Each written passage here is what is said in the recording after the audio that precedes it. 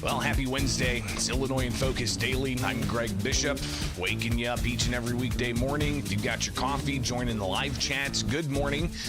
It's always a lively bunch in there, definitely tuned into what's going on. And we've got several things to tackle, including Governor J.B. Pritzker acting on at least one of the 440 measures that are expected to be on his desk soon.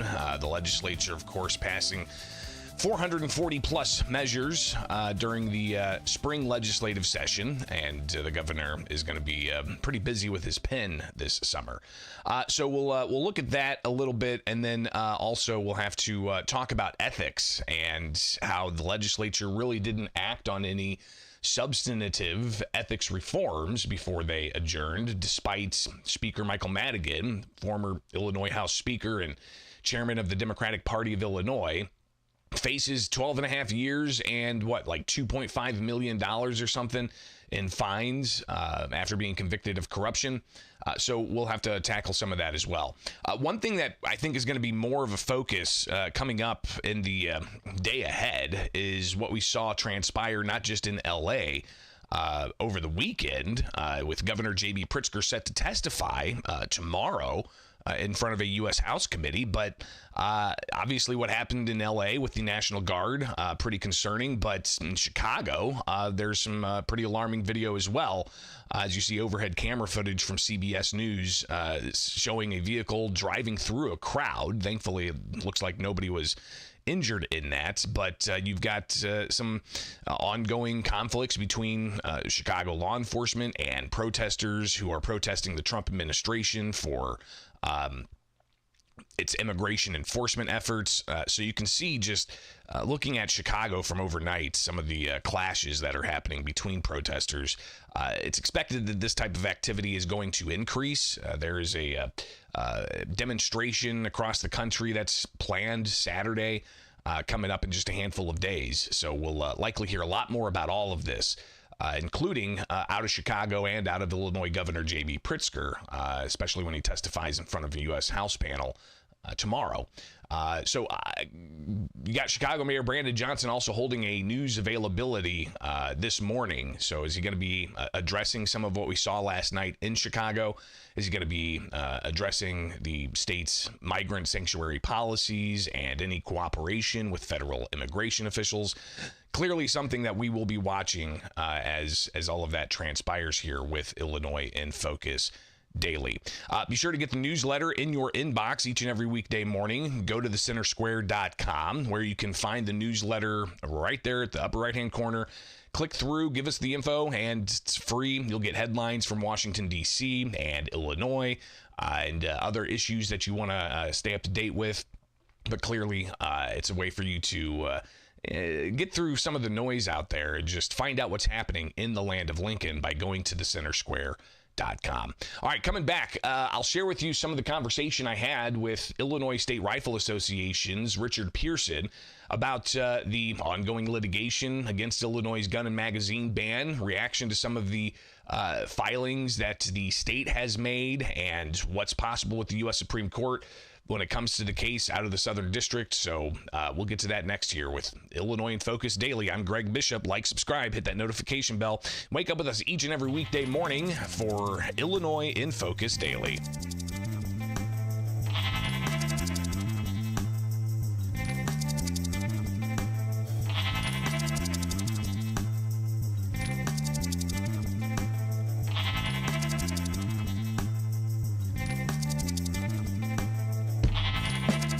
Illinois State Rifle Association sounding confident that Illinois' challenge to the state's gun ban will move forward to the U.S. Supreme Court after the U.S. Supreme Court denied taking a case out of Maryland. Welcome back. It's Illinois in Focus Daily. I'm Greg Bishop. We've been tracking this story since before the Protect Illinois Communities Act passed the state legislature during a lame duck session through a gut and replace bill that ultimately was enacted within a handful of days from it coming together in final language.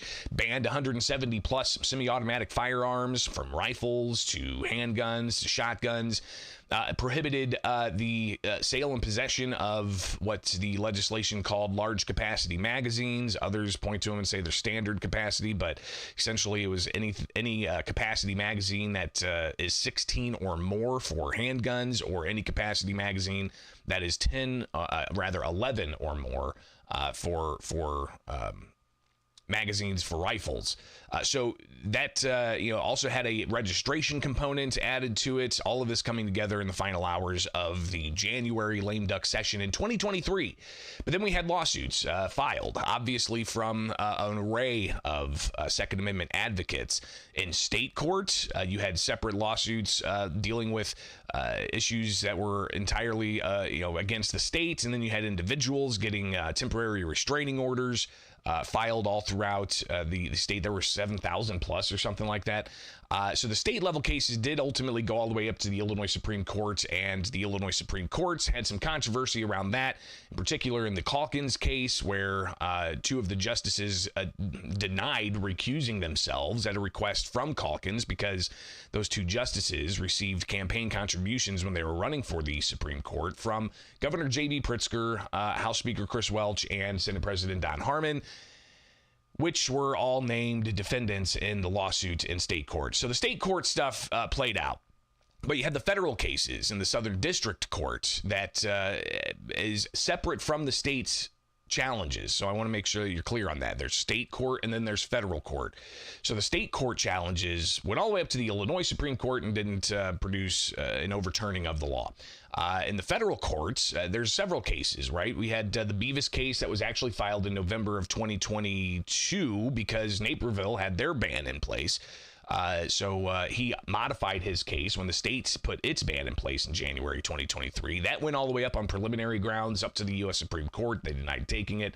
Now it's back into the district court on the merits, but they're holding off on that pending other cases, because there's a case in the federal appeals courts, Veramontes, that was actually decided that the state law is constitutional.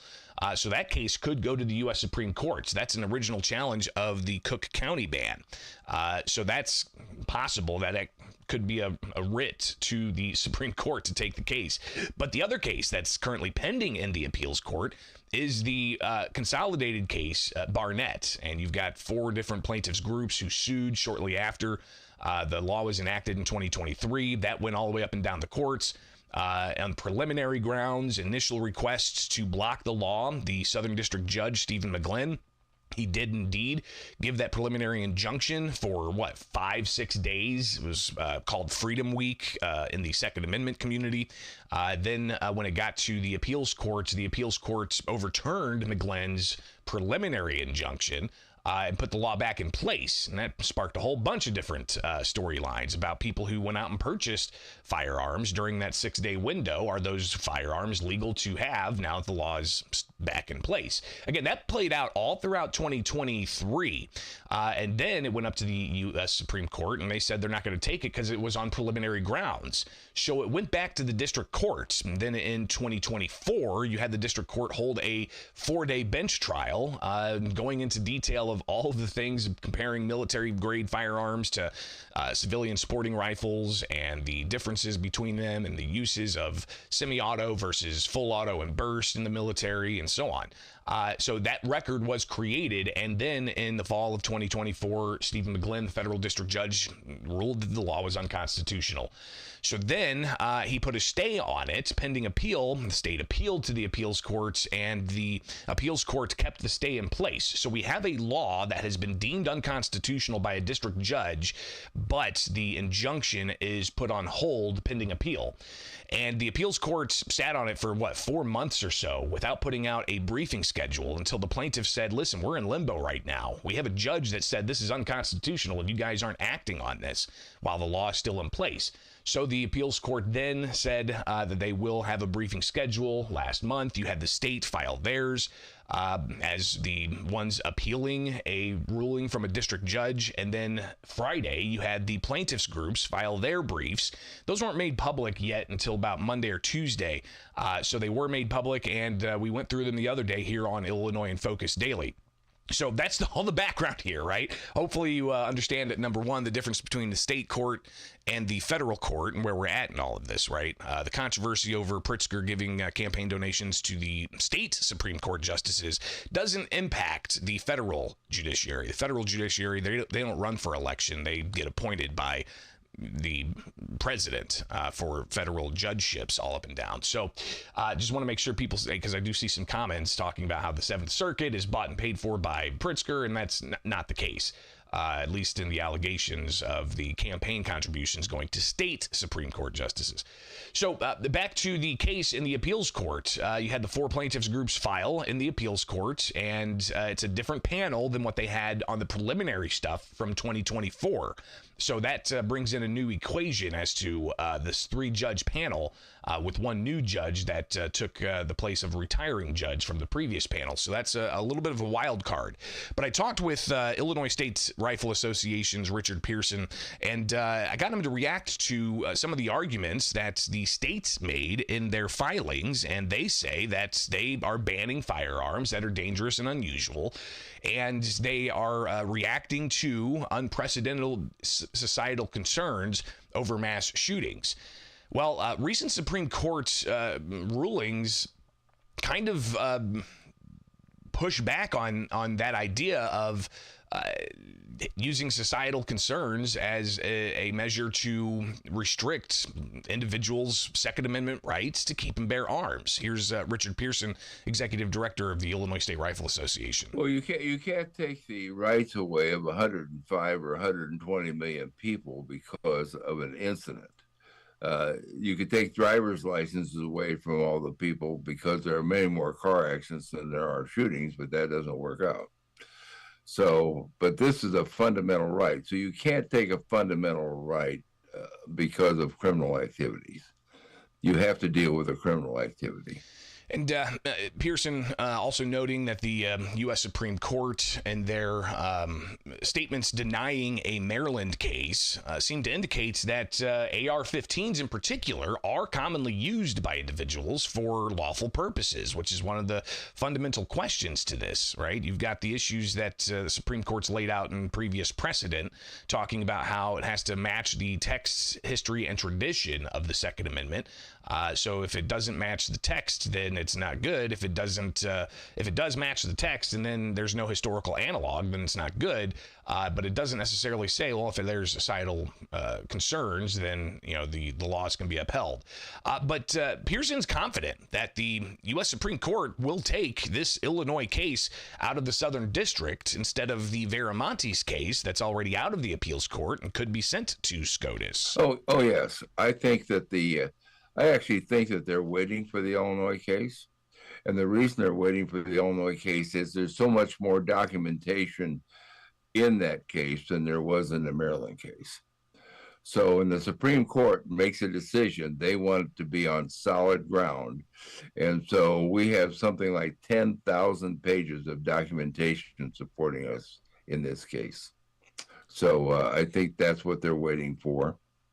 And the combined cases, we worked with the other folks and getting all these cases combined, and we've been fastidious in our documentation on this. I saw some people comment on this yesterday when we posted just clips of Pearson's conversation I had with him, and people were saying, why does it take 10,000 pages to prove to a court what the 27 words of the Second Amendment mean? It's an interesting question, but that is the space we are in this constitutional republic of laws getting passed by states, being challenged in the courts, and the equal branches of government, and the checks and balances between the executive, the legislative, and the judicial branch, and so on. But back to Pearson, he says, listen, whichever way this case goes, it's going up to SCOTUS. So whatever side wins or whatever side loses, it doesn't matter how you look at it, I guess. The other side will appeal it to the U.S. Supreme Court. No question. And he is thinking that if there's an expedited timeline to get this out of the appeals court, it could come up possibly before the year's out. I'm pretty much looking forward to get the Seventh Circuit arguments under our belt. There's an outside chance if we got it done by September or late September, we could make it into this session of the U.S. Supreme Court. So that's what I'm hoping for. That's one thing to hope for, but realistically, looking at the timeline, you had the Seventh Circuit Court of Appeals sit on the case for 4 months without any action, and then how long is it going to take once they do schedule oral arguments? Because we still have to wait for the state to file its final briefs in this case, and that's expected before the end of the month. And then we get an oral argument schedule. Could that be for September? Could they rapidly put out a order, be within weeks? Or are we going to have to wait months until early next year? So is it possible that it's going to happen before the end of this year? Richard Pearson's hopeful, but obviously he also recognizes the speed of which courts move sometimes. At the speed of sloth. So what's going to happen? Obviously, we'll be tracking it for you, but it's just one of many things that the Illinois State Rifle Association's busy in court with. Here is Pearson talking about the slew of other cases they have pending in the judiciary. Well, we are busy. Of course, we have the Schoenthal case, which are now waiting for arguments before the Seventh Circuit also. So we have 2 cases up before the Seventh Circuit. And that one deals with firearms on public transportation.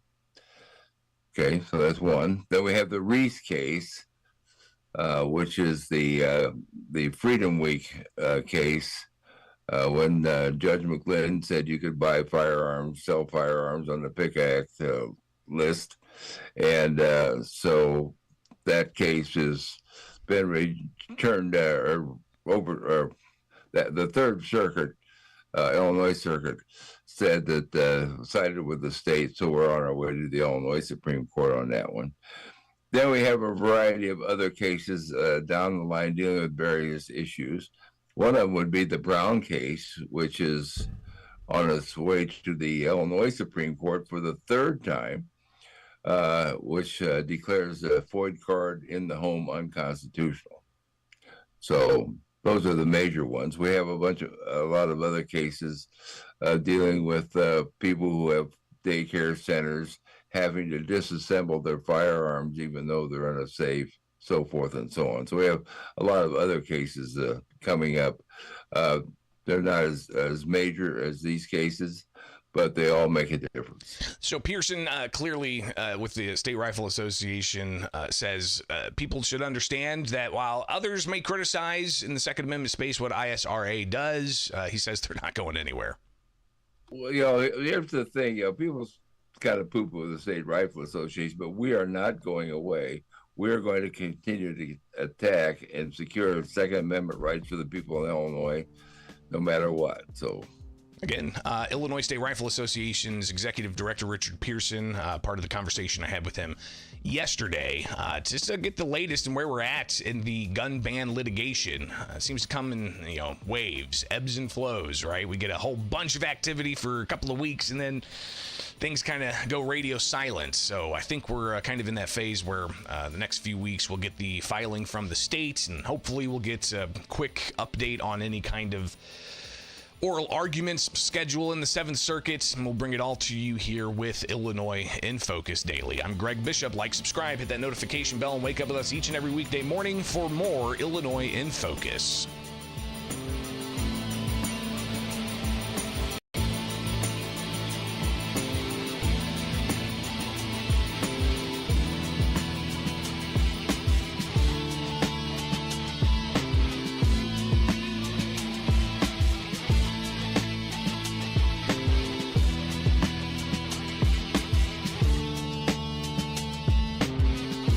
They adjourned spring session last month. The Illinois legislature passed almost 450 measures that are going to be on the governor's desk this summer. And the governor already acting on one of them after the legislature sent about 5 to put on his desk.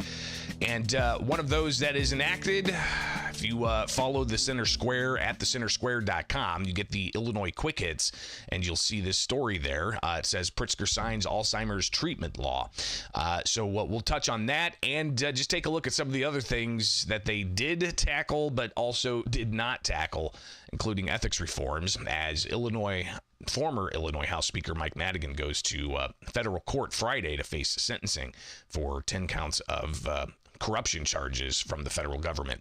It's Illinois in Focus Daily. I'm Greg Bishop, editor for thecentersquare.com, Illinois, and you can find all kinds of headlines out of Illinois. We cover the State House from a taxpayer's perspective. You can get the newsletter each and every weekday morning in your inbox, so be sure to plug into that and stay connected.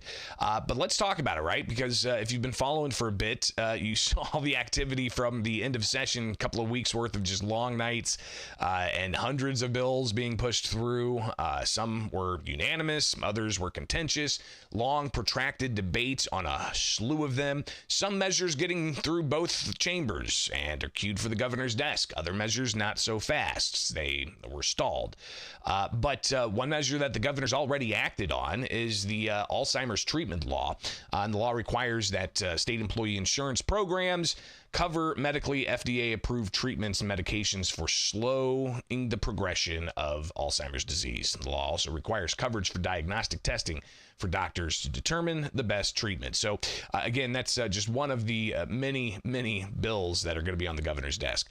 If you go to ilga.gov, and I like giving these tutorials every once in a while. Let me pull this up so you can see. Go to ilga.gov. And they are getting ready to change the page, which we'll see how that goes. But July 1st, they're going to end up changing this page over to a new format. Still a bunch of the same links, but it's going to be a new format here soon. So just beware of that.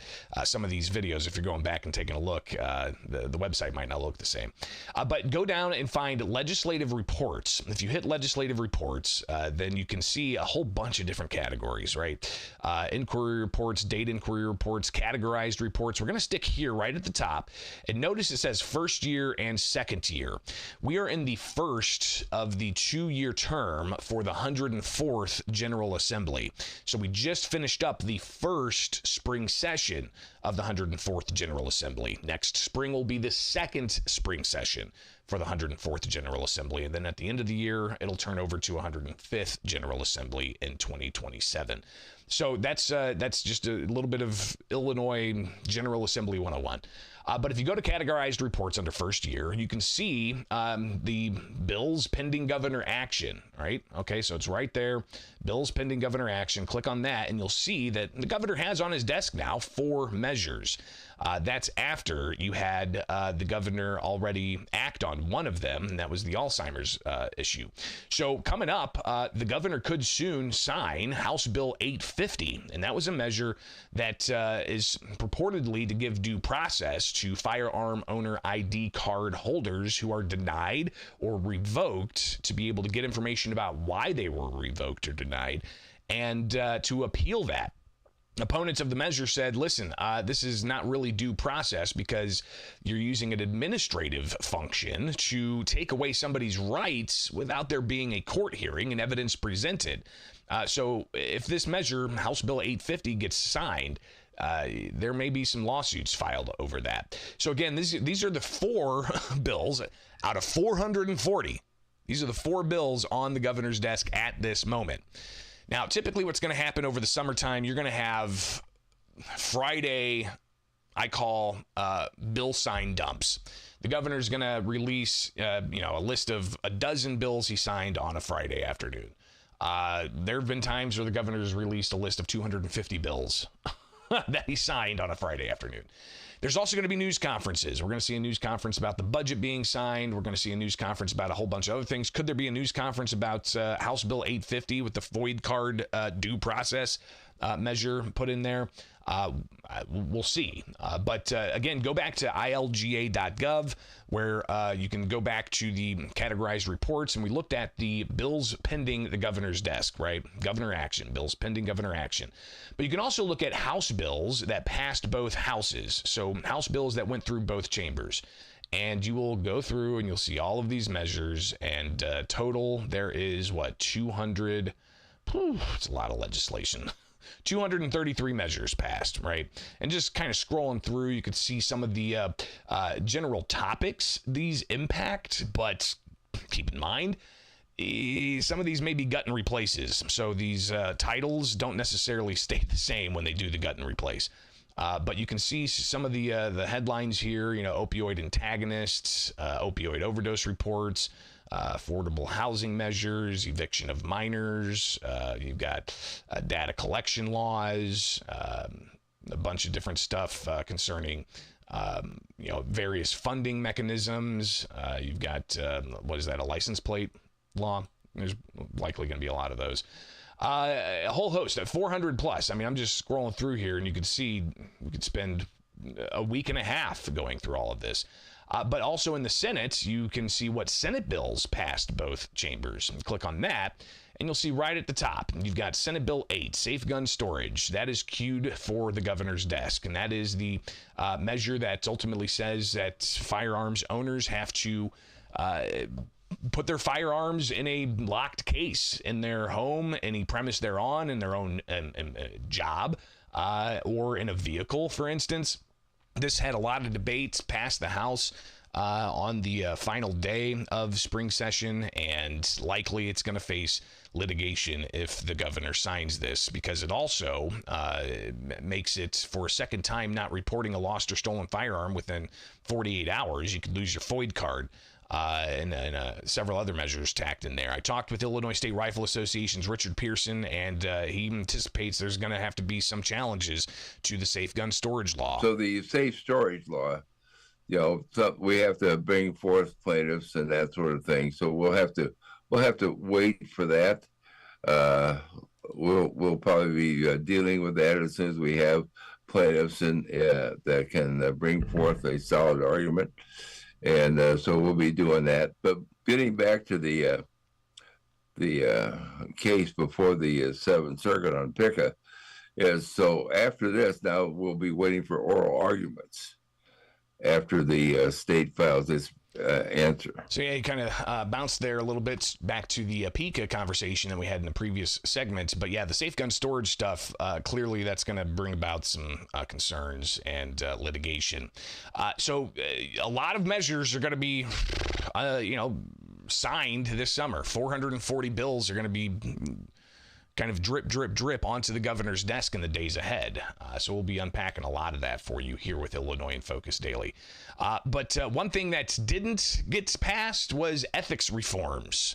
Ethics reforms on the House floor Sunday morning, June 1st, 2:30 in the morning. I was in the chamber running a camera, and House Minority Leader Tony McCombie stood up and said they've got a lot of challenges that they did not address in the General Assembly with Democrats at the supermajority.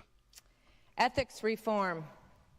We continuously push for integrity and accountability. It's really quite amazing that we have not addressed ethics this General Assembly. After the LIG resigned December of 2021, or after the conviction of the longest-serving speaker in the nation's history.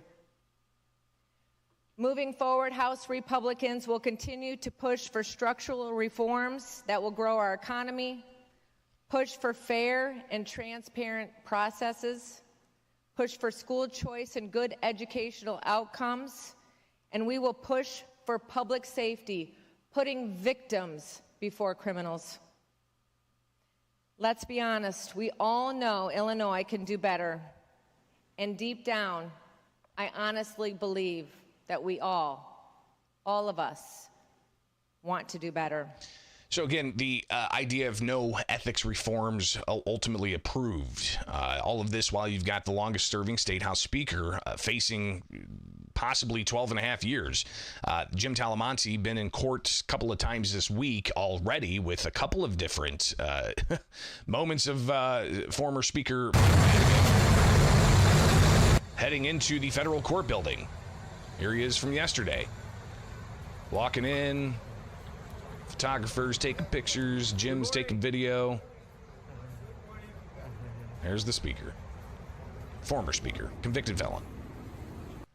He is clearly, going to be in court hearing his fate, whether he's going to do 12 and a half years and pay $1 million+ in fines. But, again, no real ethics reforms. One thing that you had being proposed by Republicans was so that Madigan and others couldn't use their campaign funds to defend themselves against criminal liabilities. Which is what Madigan's been doing, is using his campaign fund. Tony McCombie talking with Jim Talamonte for his story, saying that that needs to end. And I'm sure there's still quite a bit of money left in that. I don't think $2.5 million for almost 50 years of unethical, and proven on 10 counts of corruption. So we'll see what happens Friday in federal court for the sentencing. But some of the things that were being proposed for a omnibus bill, where they put a whole bunch of ethics things in there. Because, keep in mind, earlier this year, you'll see some segments from Illinois in Focus where, Republicans were saying we need ethics reforms. We're not getting any. And I would go to the Democratic chair of the Illinois House Elections and Ethics Committee, and he said that they would have subject matter hearings on ethics proposals. We didn't really see that. I think one ethics, final committee hearing was canceled, and that spurred on Republicans to say, we're not going to get anything. So there was an omnibus elections and ethics measure that didn't get all the way across the finish line. It included things like allowing for candidates for federal office to have campaign fundraisers outside of Sangamon County, which is where the seat of state government is in Springfield, during session days. It's an ethical issue, right? They don't want legislators holding campaign funding parties outside of Sangamon County or in the area for when they're in session. So they want to relax that for people who are running for federal office. Could it help Pritzker, who's going to run for president, possibly, as people are speculating?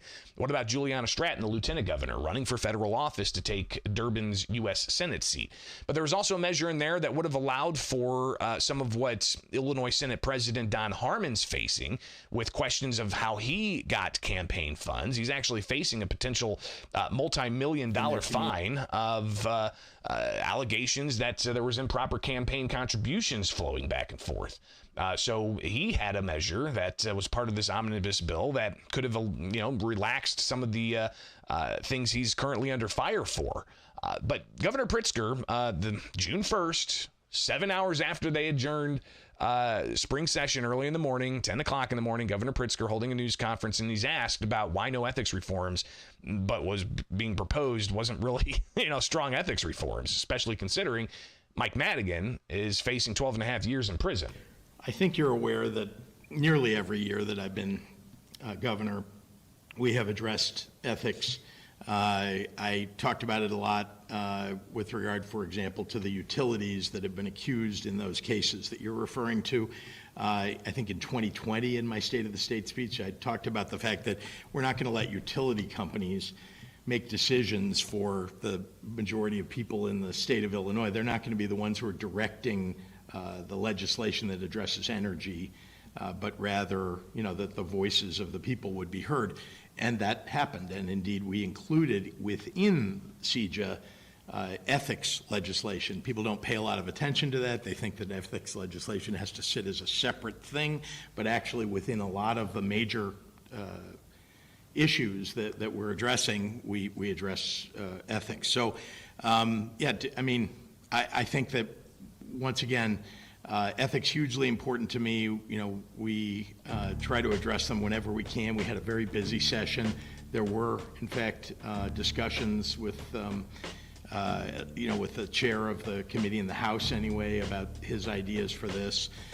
So we're going to continue to address it wherever we can, and I don't think you can ever stop talking about how do you make sure that we have a corruption-free and an honest government. Again, that's Governor J.B. Pritzker, just hours after the Illinois legislature wrapped up spring session, June 1st, being asked about the lack of ethics moving through and getting approved that actually had teeth.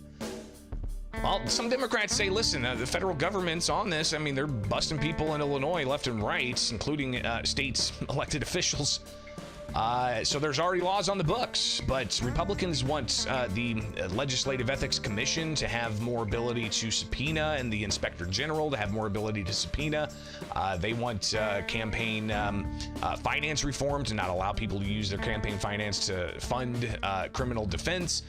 They also want term limits. Where are we going to get term limits? Madigan was in office for 50 years. He was Speaker for all but 2 years, from 1983 to 2021, while also serving for, 23 years as the Democratic Party chairman. That's a nexus of power that allowed him to control the party purse in front of legislators to get them to go with his agenda while he's convicted now of getting little to do nothing jobs for his associates with big utility companies. All right, we'll keep watching. It's Illinois in Focus, the Center Square. Get the headlines there. Subscribe here on YouTube for the latest, and we'll check back in with you tomorrow.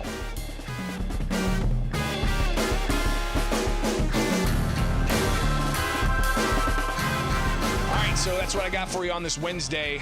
Big things coming up today. You got Chicago Mayor Brandon Johnson holding a news conference, and it's after some unrest in Chicago overnight, not getting to the level of what we saw in Los Angeles over the past 5-6 days or so, but could it start ramping up? We'll be watching that.